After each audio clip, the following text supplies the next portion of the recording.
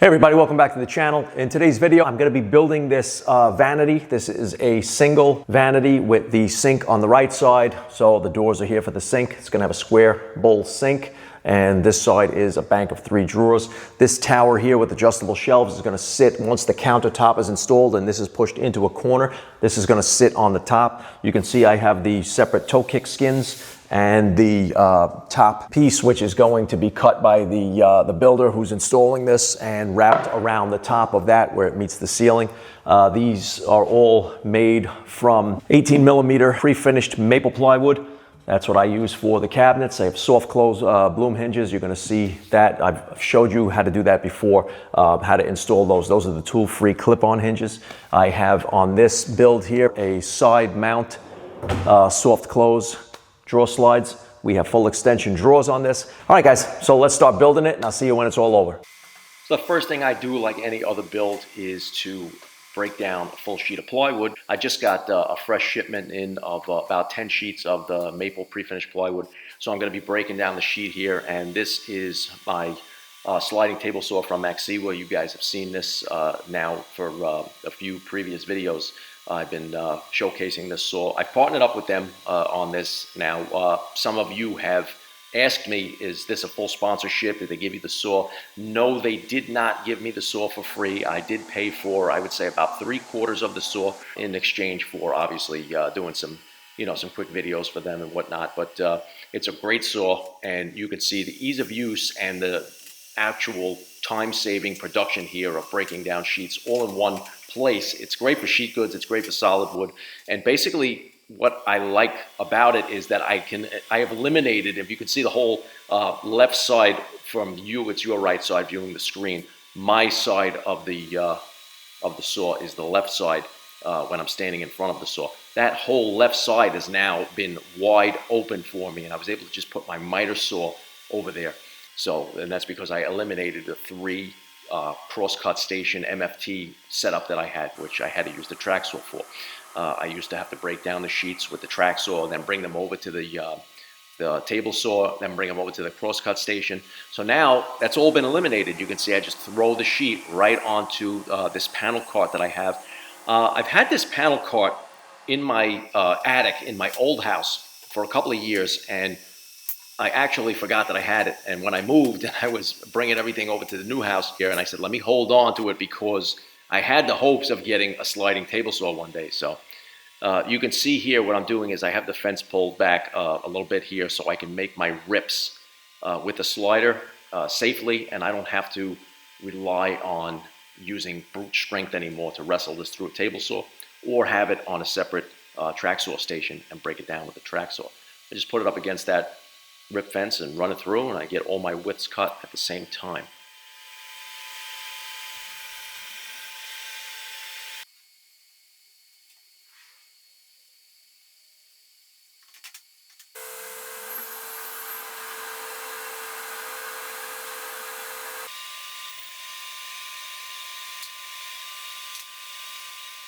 And so much like the old way that I used to break down my sheets of plywood, it's kind of the same thing, but it's just all in one place. First, I rip a straight edge on one piece, then I rotate it and I make a 90-degree reference edge there. Then I rip everything, cross-cut everything all in one spot, and then you can see I have everything laid out on my now mobile pork bench. So what I do is put everything on the table, label it, and mark it where I'm going to edge band all these parts now, because some spots need edge banding and some spots don't. So you have to put everything down there, label it, and keep it handy for you to just be able to grab it and work with it and put it all together the way you need to. So organization is key. And here I'm showing you how the side of my shop has been completely opened up. Now that I'm basically against the entire wall on one side. So that gave me a little more room. I'm going to edge band the small parts here with the Conturo at the table, and then the larger pieces, I like to use the Conturo in the handheld position. Now, is this a very efficient way of edge banding?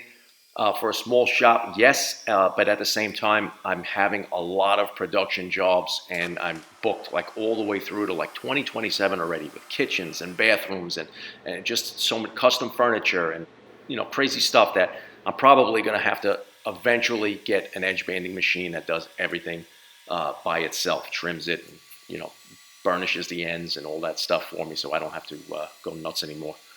Once I get the grooves cut in the sides, bottoms, and tops of the cabinets, I'm going to move over to the pocket hole joinery here. And the reason I'm using pocket holes is because one side of this is going to be exposed. This vanity is going in the corner of a bathroom. And so the side that's exposed, I don't want to have to use any fasteners that will show. Talked about this on Instagram, the LR32 system for punching shelf pin holes. Not very efficient for a production shop. It's actually rather slow. So I'm going to have to step up and get a line boring machine. If anybody has any suggestions, or if any companies out there want to talk to me about it, then get in touch with me. Let's talk about a line boring machine. I actually think I need a line boring machine much sooner than I need an edge bander because of the fact that it is much more tedious to drill all those shelf pin holes that I've been drilling using this LR32 system, and it's slowing me down a lot. So here you can see that I assembled the upper adjustable shelf unit that's going to sit on the countertop of the vanity. This is, if you notice that it's a different color than the rest, that's because this is birch and it is not pre-finished, because this whole unit is going to get painted. And if you saw, like in the beginning of the video, this is a really cool blue color that the client chose for this. So, I mean, not really like my choice of a color for a regular bathroom, but they have some tiles that they installed that when they finish that bathroom, it's going to match it like absolutely perfect. It has a real beachy feel to it, this blue. As a matter of fact, I was talking to somebody the other day who actually said that that is the color in their beach house. That's the color of their kitchen island. So I thought that was pretty cool. I mean, if you have that kind of vibe going on in your house, and that's definitely a cool color. It's a really deep, beautiful blue color. Here I'm going to spray the primer first. I always spray 2 coats of primer. And me personally, I like the General Finishes white undercoat for my primer. And here I'm spraying that blue, the Gallery Series in satin. And I spray 2 coats of that as a top coat over the 2 coats of the primer. And now I'm assembling the sink side of the vanity. So once I get that all buttoned up, and you can see now why I use the pocket hole screws on this, is because that's going to be exposed to the side of the bathroom. Everyone will see. And so once I have the bottom attached to the sides, I'll just flip it on its side and attach the top stretchers. And then I like to take a measurement, an actual measurement of the assembled cabinet for the back with the depth of the groove, so that I know exactly how I need to cut the back panel. I always also undersize the back panel by 2 millimeters. This way I give myself a millimeter on each side so that the panel just slides in with no obstructions. So after I assemble the carcass of the cabinet, I just take it off my bench. I put it off to the side on top of a piece of plywood so that it's not just sitting on the floor. And then I can break out the pre-finished 1/4 inch plywood to put into the backs. And you'll see me just in a second throwing that up on the saw. It's much lighter, obviously, the 1/4 inch. But once again, all in one place here on the slider. I'll just trim an edge and nice and square reference, and I can bring it over and hit the side rip fence, which is pulled back, by the way. So when you see me hitting that rip fence on crosscuts, that fence is actually pulled back, and it's slid in the back position behind the blade. So there is no risk of binding. That's one of the many benefits of having a sliding table saw and having that style of fence on it, is that you can always use that rip fence as a stop block for your crosscuts. Obviously, we have stop blocks on the actual crosscut fence on the slider carriage itself, but you don't always need to use that side. So once I have those pieces cut perfect, you can see here, I just slide them right in the back, and then it is on to assembling those parts of the sink base cabinet. You see, I always cut those little angled pieces there because the sink needs room. You still want some bracing to make the cabinet square, but the sink still needs room for the bowl of the sink to sit inside that cabinet. You don't want any obstructions in there. So I always cut those pieces on an angle, and then I just screw them into the back, and it gives me the bracing I need.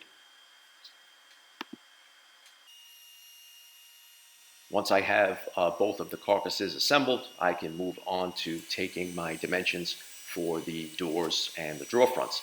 I'm making shaker bevel style doors and drawers on this. Using poplar here. Poplar is a good choice for bathroom vanities, especially when you're doing a paint grade. And so here I'm at the router table, and I'll talk about it a little bit later, but I actually just purchased a shaper, and I got a 3 horsepower shaper for my shop, and it is going to be making my life a lot easier. The 3 horsepower shaper is a much more powerful motor that allows me to run the material through there without any burning or binding or any trouble and extra pressure. And you can see here, they come out perfect. Cope and stick doors. I love the way they look.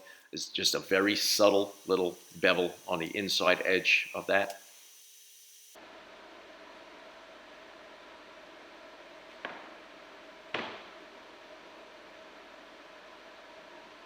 And I turn the cabinet on its side now, and I'm installing the drawer slides. I have videos on both making the doors, the shaker style doors, or any kind of cope and stick doors. I have a video on that. Check that out on my channel. I also have a video on how to install these types of drawer slides, as well as undermount drawer slides in other cabinet videos that I have previously made. So you can find all that stuff just heading over to my channel. And now for the drawer boxes, I'm running with the dado stack in the sliding table saw. You can see it makes a perfect groove for the bottoms of the drawers. I'm using 1/2-inch pre-finished maple plywood on this. And the assembly is going to be with some brad nails and glue. And then I always put a screw in the back of the panel, because on my drawers, I always cut off the bottom part where the groove is on the back part of the drawer. And you've seen me make that in previous videos too on how I make drawers. And that allows you to slide the bottom panel in and out. So if ever you have a problem where you break the bottom of the drawer, we could just unscrew it and pry the little brads out and slide the panel out and put a new one. You can see here the operation of the full extension soft close side mount drawer slides. And I also have shown you this in a previous video. It's a pretty cool machine here. This is a hinge boring machine. This gives me all 3 holes in one shot so that I can put in the dowel style clip top Blum hinges, which I love. These tool-free hinges, they just pop right in and out. And after I pre-fit everything, I can just take them right off and pop them back out, label everything, and get ready for paint. And then it just makes my life easier on the reinstall after all the finishing is done. So using these exclusively now on all my cabinets, because it just becomes so familiar to me, and I have such ease of use with the setup. Once you find like your equilibrium on the way things work, and you find ease of use in it, stick with that. It's basically the devil you know, if you understand what that means. So it'll speed up your production, and you'll never purchase the wrong thing. You'll always be using the same stuff. Also here, I'm building a separate toe kick. Every time I make cabinets, I always use a separate toe kick because it's much easier to just cover that up with a toe kick skin that's pre-finished.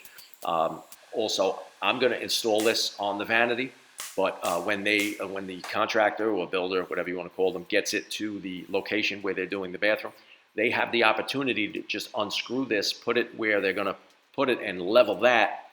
And then they can attach it from the top to the vanity. They could sit the vanity on a level toe kick and then screw that down. And then they could just use the toe kick skin and cover all the, the gap where the shims are and everything, if they need to. And once everything is all sprayed up and finished with the wood coatings, which is the Gallery series, it's a good wood coating. I am shopping around for different types of wood coatings. If anybody has any suggestions on what brand they like, throw that out there. I'm looking at quite a few of them. There's Renner, there's Icro. I've also heard that Centurion is good, but there is another one that I actually have been eyeing up. I want to start to check out all different wood coatings. 1Ks, obviously, because I use all the waterborne stuff. It's just much faster for me.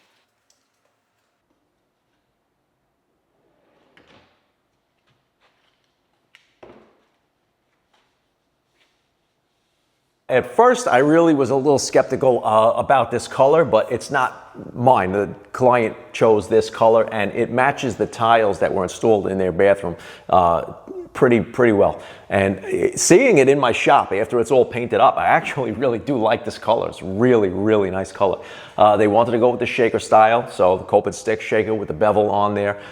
Use that on the router table. I'm actually waiting right now. Any minute there's going to be a truck pulling up with a 3 horsepower shaper. So stay tuned for a lot of videos involving the shaper, because I'm going to be doing all the doors and drawer fronts for my kitchen plus upcoming kitchen jobs. And we have all different shaper bits and styles that I'm going to be using to create different profiles, not just these basic shaker doors with the small bevel, which is, I believe it's an 18 or a 22 degree. It's a very subtle bevel. These are really nice doors and drawer fronts, and the ones that I like to do, that I'm going to do for my kitchen, and also the ones that my wife chose, because you know, you got to run it by the boss first, but they have a really extreme bevel on there. So the inside of this is bevel like angled extremely in towards the panel. It looks really cool. There's a deep little cut at the top, and it's just a great profile. So stay tuned for all of that stuff. All right, guys, so don't forget to check out all the, in the description, all the tools that I use. I'll have links to those tools. Also check out Maxiwa. They are the company that I partnered up with for that sliding table saw. Check that out. I'll have the description box. Will have their website down there below. You can also call them for a quote too if you are really interested in that, and you can speak with them on the phone. They'll give you a quote on any one of their tools that you might be interested in. They don't have just sliding table saws. Not only do they have sliding table saws of all different sizes, but they have all different types of woodworking tools for your cabinet shop or your woodworking furniture shop. Line boring machines, pocket hole machines, a bunch of stuff, edge banders, everything you can pretty much think of that you need in a cabinet shop. All right, guys, so I hope you guys enjoyed the video. Hit that subscribe button, hit the picture of a notification bell. It's going to notify you every time I upload a new video. And also, don't forget to give the video a thumbs up. And thanks for joining me in the shop, and I'll see you next time.